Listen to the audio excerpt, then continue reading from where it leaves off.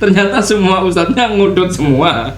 Sudah musnah, sudah Wahabi. Semuanya bukan Salafi. Bubar. Gara-gara ternyata semua ustadznya ngudut. Tuh ya kan.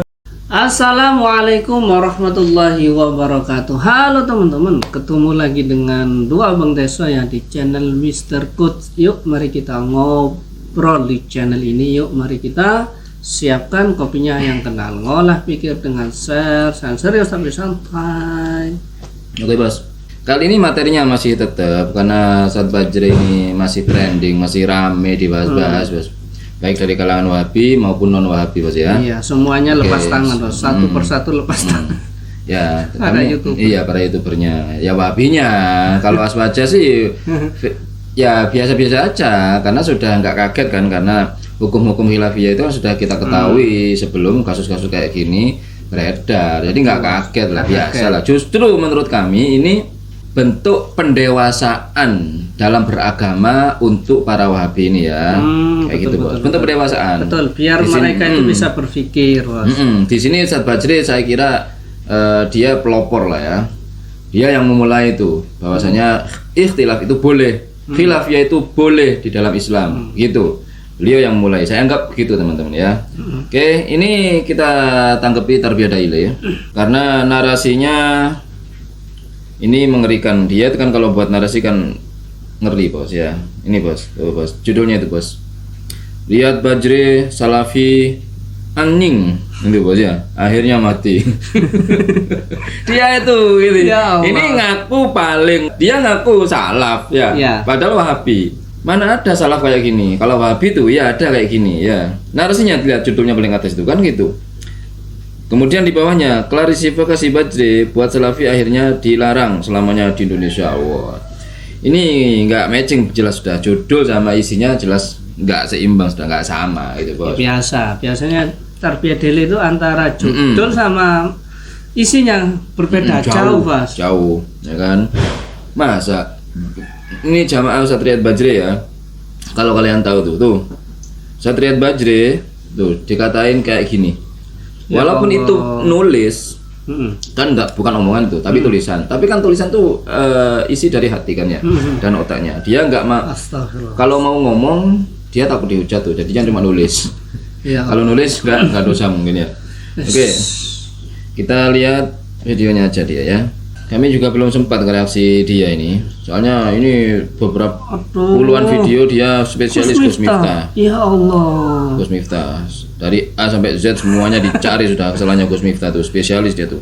Gus Miftah tuh puluhan sudah dia, 20 lebih dia Gus Miftah terus tuh. Ya kan? Allah. Baru kali ini dia ngereaksi Ustadz Riyad Bajri. Oke, kita lihat seperti apa videonya teman-teman ya. Assalamualaikum teman-teman.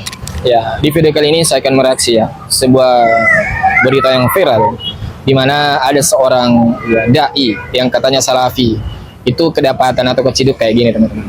Ya, sebenarnya masalah ini ya sudah lama saya ketahui. Ya, bahkan saya pribadi termasuk orang yang awal-awal mengatai berita ini.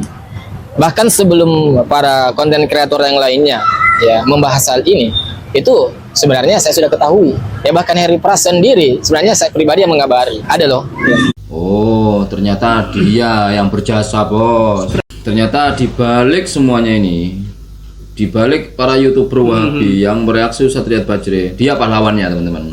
Iya, pahlawannya tuh ya. Saya yang pertama tahu itu. Bahkan Harry Pras saya yang ngasih itu. Ciri-ciri Wahabi.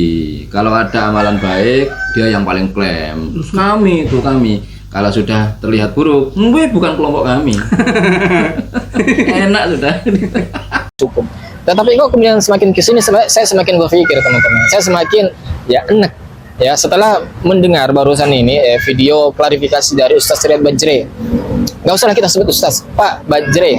Ya. Allah. Itu sudah ya. Gak menyebut ya. Ustadz bos. Nggak usah sebut Ustadz, nggak usah. Pak Bajri. Nah itu. Nanti ketahuan tuh Pak Zainal Abidin nih, dia kan mantan NU tuh, loh, jangan-jangan ngedut juga dia tuh ya. Ada tuh bos, katanya Ustadz Bajri itu ada di grup ya baik grup-grup Salafi itu semuanya pakai. Nah, itu. Apakah kalian tahu? Bahkan dulu ada sebuah grup. Isinya banyak asatidz, lulusan Yaman, lulusan Madinah, atau lokal, dan lain-lain. Mereka semua di grup itu didirikan memang untuk semuanya nih di dalam grup itu. Baik. Dimulai dari Ustadz Riyad Bajri ini teman-teman. Nanti Ustadz Bajri ini akan nyanyi nih. Nyanyi. Yang maksud saya nyanyi tuh dia akan gigit siapa aja tuh. Kalau ini Ustadz Bajri ini keperumakan semuanya kemudian dikuak, maka Ustadz Riyad Bajri pasti juga akan ciduk satu persatu tuh. Siapa Ustadz Salafi ini yang menurut beliau tuh ada di grup katanya. Grupnya ngudut elektrik itu teman-teman ya. Nah, ini bisa nih Pak Riyad Bajri kalau mau tuh ya. Dia nyanyi, digigit satu-satu tuh, dibawain tuh nama-namanya siapa aja dalam grup itu. Nah, ternyata semuanya ternyata semua ustadznya ngudut semua. Sudah musnah, sudah Wahabi, semuanya bukan Salafi. Bubar. Gara-gara ternyata semua ustadznya ngudut. Tuh ya kan. Hal ini sebenarnya kalau saya ya ini menilai ini bukan sebenarnya video klarifikasi, tetapi lebih kepada pembelaan diri beliau. Namanya klarifikasi itu Pak, apalagi klarifikasi hukum agama. Klarifikasi itu menjelaskan apa sebenarnya yang terjadi, atau dasar-dasar hukum apa, referensi apa yang dipakai untuk memperkuat amaliyahnya itu yang dianggap salah oleh orang, kan begitu. Namanya klarifikasi. Ada yang memang mengakui salah, ada yang tetap malah memperkuat perilakunya, bahwasanya perilakunya itu tetap benar sesuai aturan agama. Klarifikasi itu bukan harus mengakui salah, Pak. Apa nilai yang dituduhkan dan diingkarkan ke atas kami berdasarkan informasi yang kami terima dari ikhwan yang mengikuti permasalahan ini adalah bahwasanya kami bercelana pendek. Kami mancing. Oke, mancing. Ya, beliau bercelana pendek, kami mancing, oke. Kami merokok. Iya, ini ya. itu benar. Oh. Itu semua hal yang kami yakini kehalalan. Bercelana pendek, Oh, subhanallah. Jadi teman-teman ya, ini sudah memperjelas bahwa video itu yang viral itu, ya, itu adalah benar dirinya Pak Riyad Bajri. Ya, beliau sendiri benarkan. Ya, jadi kita tidak mengapa. Oke, kita nggak usah dengerin narasi dari Wahaboy ini ya, karena yang pasti dia berpegang teguh pada satu hukum saja mutlak, yaitu haram. Oke, tanpa menyampaikan atau lebih tepatnya dia itu mengesampingkan pendapat-pendapat ulama yang berbeda. Oke, di sini kami akan coba. Kemarin kami mungkin agak salah juga, Bos, mengenai hukum tentang Pak Riyad Bajri ini. Kami juga salah, mungkin kami tidak mengerti perbedaan juga. Di sini akan kami akui bahwasanya Ustadz Riyad Bajri ini berpegang teguh pada pendiriannya dan ternyata emang benar semua. Benar ya, semua. Terkait hukum mancing sudah boleh lah ya, mancing ya. Mancing itu boleh. Dari zaman dulu sudah ada mancing itu, mencari ikan, berburu itu boleh sudah. Kemudian mengenai udut, sudah kita tahu lah ya, ulama-ulama yang menghalalkan itu banyak, ulama-ulama yang mengharamkan juga banyak. Terserah kita milih yang mana. Dan yang ingin kami klarifikasi di sini, permintaan maaf kami kepada kaum muslimin, termasuk Ustadz Riyad Bajri sendiri terkait aurat.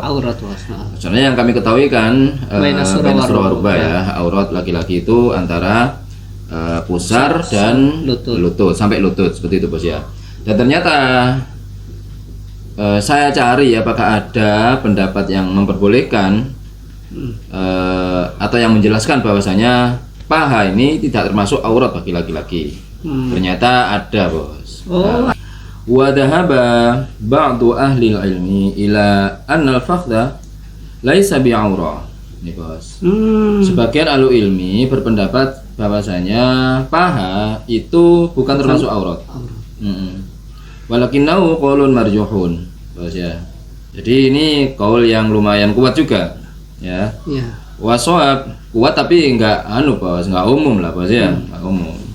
Wasawab tetapi yang paling benar adalah alladzi dalat ali ala hadis an Rasulillah sallallahu alaihi wasallam annahu aura. Sesungguhnya paha itu termasuk aurat juga bagi laki-laki. Ini yang shawab, yang dipegang oleh bin Bas ya, dan umumnya kaum muslimin. Ruwiya an Anasin radhiyallahu anhu anna Nabiy sallallahu alaihi wasallam yauma Khaibar. Apa ya? Hasarul izar ala fakhdihi hatta inni la anzuru ila bayadi fakhdin Nabi. Rawahul Bukhari. Ya, diriwayatkan dari sahabat Anas bahwasanya Nabi Muhammad SAW ketika perang Khaibar ini sarungnya terangkat bos ya, terbuka lah. Sampai terlihat pahanya itu ya, sehingga saya, katanya sahabat Anas, melihat putihnya paha Nabi itu, itu bos. Jadi mungkin ini yang jadi dasar ya. Tapi kan waktu gelut Khaibar itu ya kan, ya sama, berarti ini memang aurat paha ini dalam keadaan tertentu boleh terbuka, bukan dalam keadaan umum atau bukan dalam keadaan ikhtiar. Ya, ini kan memancing bos. Memancing kan dalam keadaan tertentu tuh ya kan. Di tengah laut, mungkin itu yang menjadi dasar Ustaz Riyad Bajri ya dalam membuka aurat itu. Mungkin lo ya, makanya ini selama ada pendapat bukan kami tempat umum, bukan tempat umum tertentu. Dan Ustaz Bajri tidak tiap hari, maksudnya itu bukan kegiatan sehari-hari beliau menampilkan aurat paha itu. Mungkin ini ya, selama ada pendapat atau rujukan atau referensi atau dalil ya, ini tetap kami hargai pendapatnya. Namanya juga perbedaan, ya nggak apa-apa itu teman-teman ya. Itu saja obrolan hari ini, mudah-mudahan bermanfaat, mudah-mudahan mencerahkan, dan mudah-mudahan kita bisa bersikap bijak lagi. Yang baik-baik semuanya datang dari Allah, yang jelek-jelek datang dari kami. Mohon maaf. Wa akhiru kalam, assalamualaikum warahmatullahi wabarakatuh. Waalaikumsalam.